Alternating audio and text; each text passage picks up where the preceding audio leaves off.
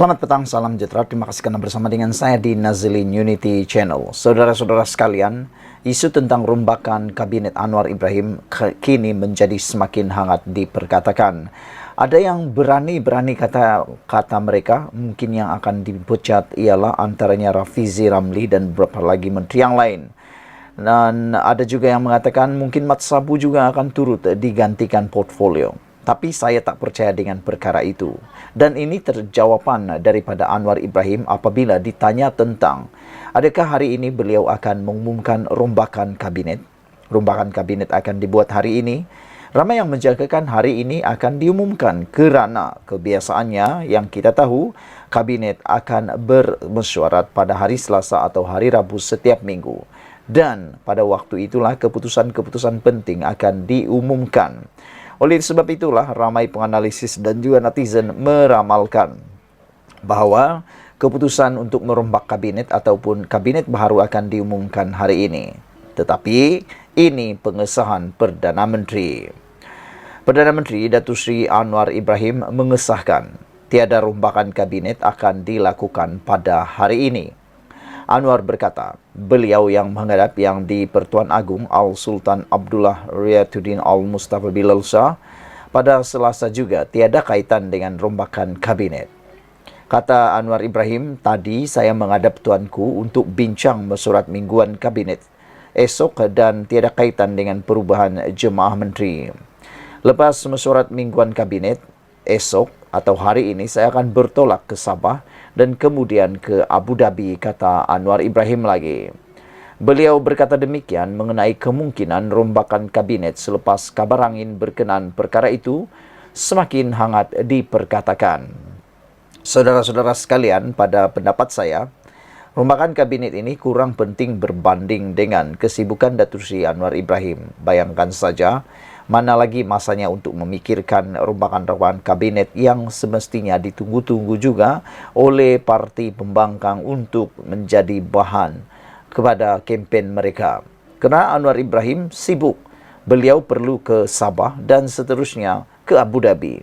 Yang menjadi persoalan netizen, pemikiran netizen ialah, kalaulah Anwar Ibrahim digantikan oleh Mahathir Mohamad, mampukah Mahathir lagi menjadi seperti Anwar Ibrahim, iaitu sekejap ke Sabah, kemudian ke Abu Dhabi pula. Tapi ramai juga orang yang masih mengharapkan Tun Datuk Mahathir Mohamad menjadi Perdana Menteri sekali lagi, walaupun dalam keadaan fizikal yang sudah tidak mengizinkan lagi kerana sudah terlalu berusia. Selain daripada itu, sumber rapat dengan Putrajaya sebelum itu memaklumkan sebuah portal berita tempatan bahawa pengumuman penting itu akan dilaksanakan Perdana Menteri ke-10 sebelum berlepas ke Abu Dhabi pada Khamis.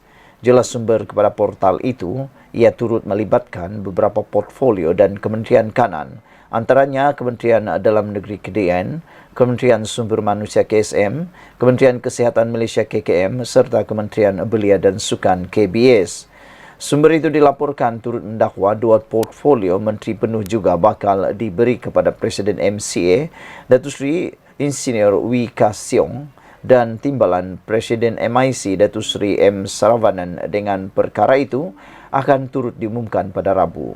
Terdahulu, sumber terdekat dengan seorang Menteri Barisan Nasional memaklumkan terdapat kemungkinan berlaku pertukaran portfolio kementerian di antara Timbalan Perdana Menteri Datuk Seri Ahmad Zahid Hamidi dengan Menteri Dalam Negeri Datuk Seri Saifuddin Nasution Ismail dalam satu rombakan kabinet yang dijangka dilaksanakan Anwar pada masa kelak.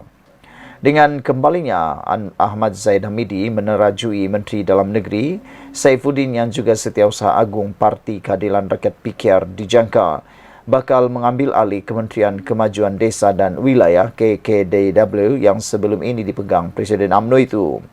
Sementara itu, seorang pegawai kanan Menteri DAP mendedahkan sekiranya berlaku rombakan kabinet, ia hanya melibatkan pelantikan dua menteri sahaja dan bukan secara besar-besaran.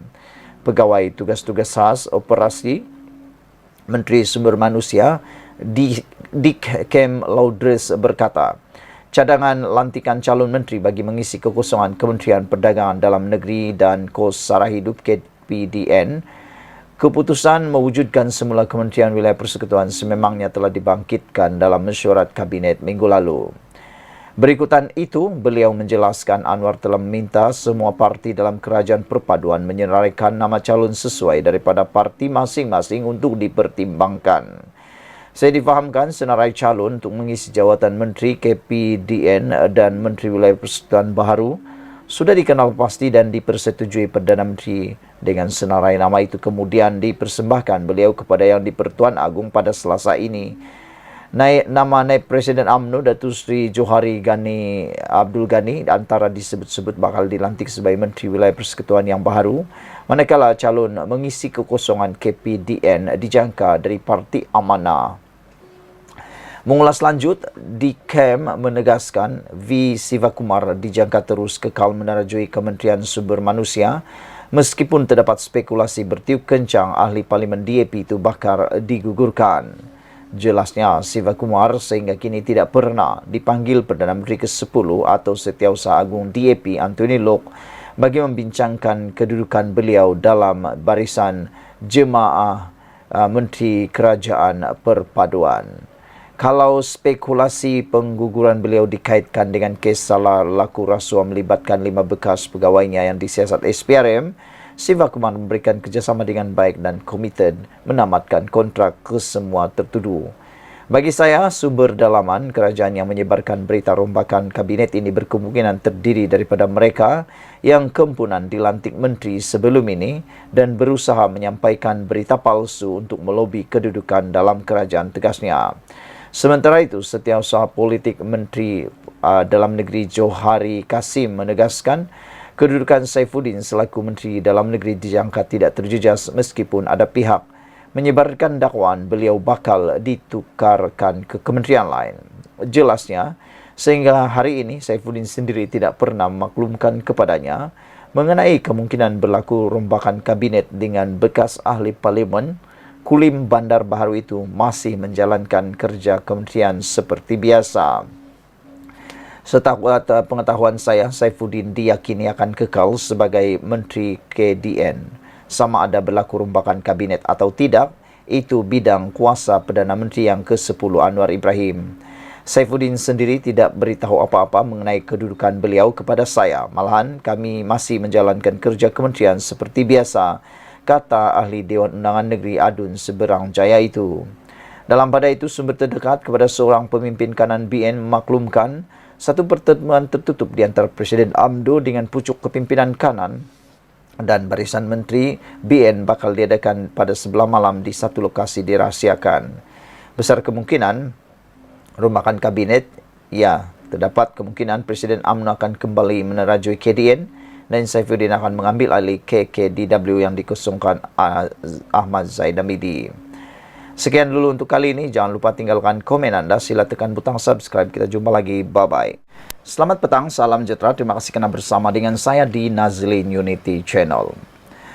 Sejak belakangan ini, mula timbul semula cerita tentang kononnya ada ahli Dewan Undangan Negeri atau mungkin ahli parlimen yang akan lompat parti. Terdahulu atau terkini, ianya pula dikaitkan dengan kerajaan perpaduan yang ada di Pahang. Ini adalah rentetan daripada kempen pilihan raya yang sedang berlangsung sekarang dan pilihan raya yang akan diadakan tidak lama lagi untuk Dewan Undangan Negeri Pelanggai. Namun demikian, kata-kata daripada Muhyiddin yang mengatakan bahawa kalau kemenangan di Pelanggai dimenangi oleh Perikatan Nasional, akan ada perubahan lagi kerajaan. Ini sudah biasa kita dengar, naratif yang biasa kita dengar. Tetahulah sejauh mana ianya mampu menjadi puncak kemenangan kepada Perikatan Nasional. Kerana banyak kali sudah digunakan senjata tersebut, tetapi nampaknya seakan-akan tidak berguna langsung. Ini kerana dilihat dalam PRK di Jeram dan Simpang Pulai, kita lihat kemenangan dimiliki oleh kerajaan perpaduan yang telah memenangi kedua-dua kerusi tersebut. Dan terkini, Muhyiddin juga sekali lagi mengungkit tentang kononnya bakal ada perubahan kerajaan kalau Pelanggai menang. Apa pendapat anda sekalian? Adakah benar dakwaan apa yang dikata oleh Muhyiddin. Namun pada petang ini kita nak cerita tentang kononnya ada ahli Dewan Undangan Negeri daripada Barisan Nasional yang konon sedia untuk melompat, dan Muhyiddin kata kalau memang ada, bawa jumpa dia kerana untuk pengetahuan kita semua di Pahang masih belum dikuatkuasakan undang-undang anti lompat parti. Selain daripada itu, di Pahang juga bilangan kemenangan majoriti di sana adalah amat kecil untuk kerajaan. Namun perkara yang disebutkan kononnya ada lompat parti itu akhirnya disangkal dan dinafikan oleh Menteri Besar Pahang sendiri dengan mengatakan adun Barisan Nasional takkan lompat parti. Menteri Besar Pahang Datuk Seri Wan Rosdi Wan Ismail menafikan bahawa segelintir adun Barisan Nasional melompat untuk membentuk kerajaan dengan Perikatan Nasional sekiranya parti pembangkang tersebut memenangi pilihan raya kecil pelanggai. Namun, apa yang mengejutkan ialah apabila ada juga netizen yang mengatakan, jangan-jangan ahli Dewan Undangan Negeri daripada Parti Bersatu atau PAS yang mungkin akan lompat parti menyertai Barisan Nasional ataupun Pakatan Harapan di Pahang. Mereka cuba menterbalikkan kata-kata Muhyiddin.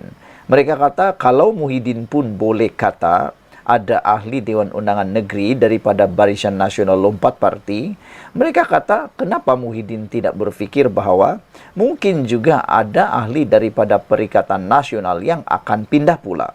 Semuanya boleh terjadi dalam politik Malaysia. Saya baru dapat mesej hari ini, kata Menteri Besar Pahang, daripada semua adun Barisan Nasional dan Pakatan Harapan PH serta Barisan Exco telah menyatakan sokongan padu terhadap saya. Macam mana perkara ini timbul, kata beliau bertanya. Jadi, itu adalah usaha mereka mewujudkan sentimen supaya pengundi Dewan Undangan Negeri pelanggai percaya. Walhal, perkara ini tidak berlaku sedangkan ia fitnah. Ada yang lompat sebagainya, kata beliau ketika sesi jelajah mesra jualan makmur Pahang di Dewan Serbaguna Kampung Cemomoy semalam.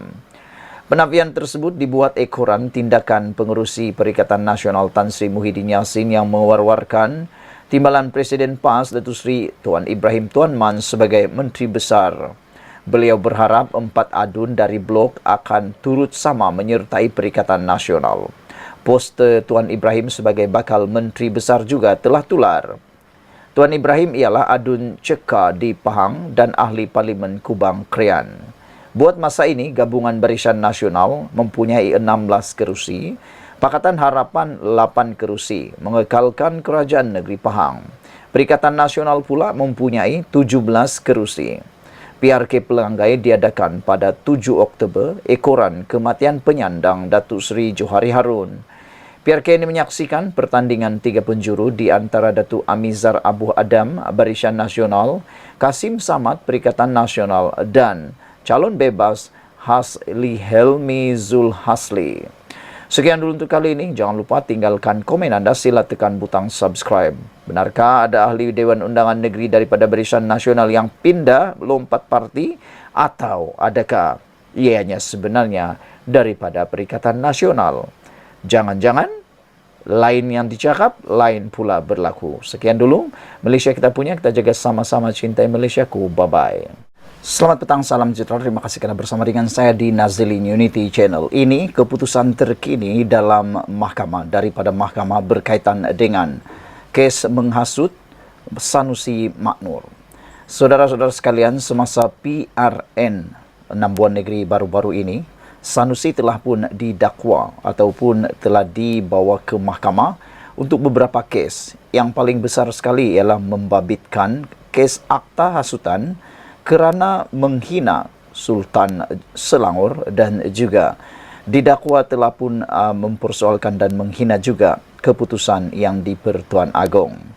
Hari ini keputusan daripada mahkamah turut mengaitkan Sanusi Maknur berkaitan dengan menghasut. Bicara kes Sanusi akan bermula pada 18 Januari tahun 2024.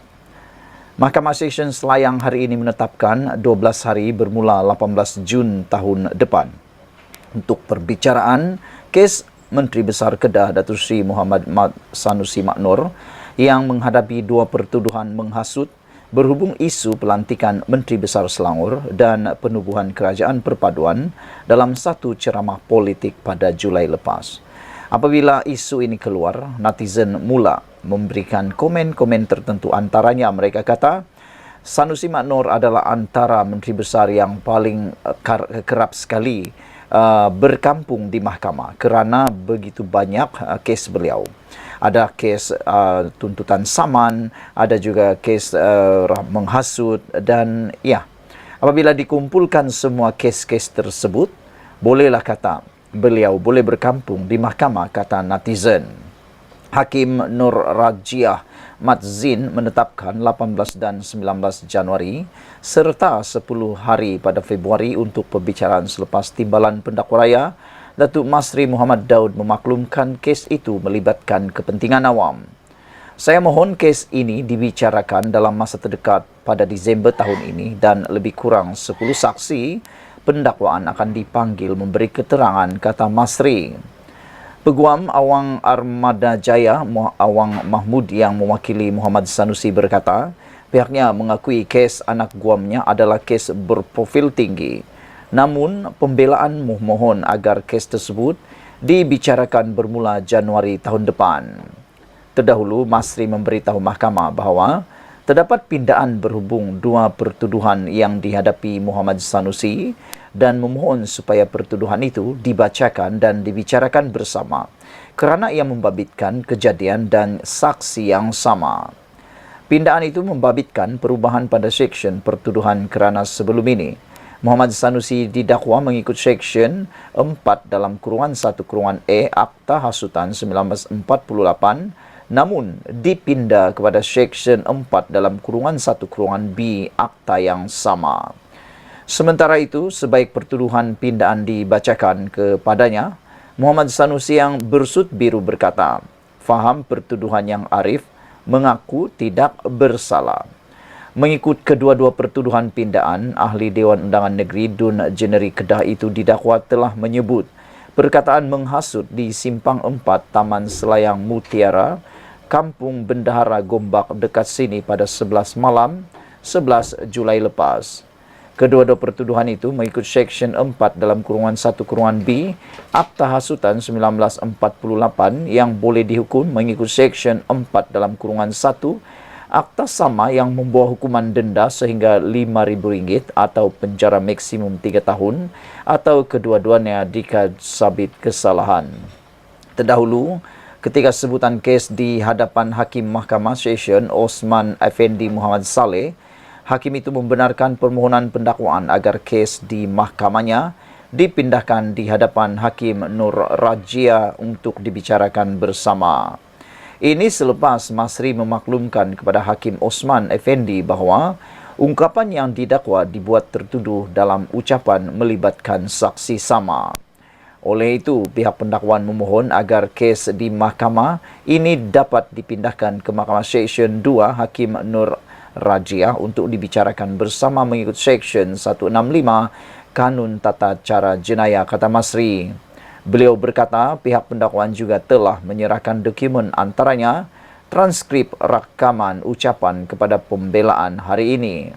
Awang Armada Jaya berkata pihaknya tidak membantah permohonan itu untuk memindahkan kes. Pada prosiding hari ini, pendakwaan turut dikendalikan Timbalan Pendakwa Raya Abdul Malik Ayub, Nur Aziza Aling dan Nadia Muhammad Izhar, manakala Awang Armada Jaya turut dibantu Peguam Wan Rohimi Wan Daud, Muhammad Tajuddin Abdul Razak dan Datuk Fariz Imran Mustafa. Sekian dulu untuk kali ini. Jangan lupa tinggalkan komen anda. Sila tekan butang subscribe. Malaysia kita punya, kita jaga sama-sama. Cintai Malaysiaku. Bye-bye.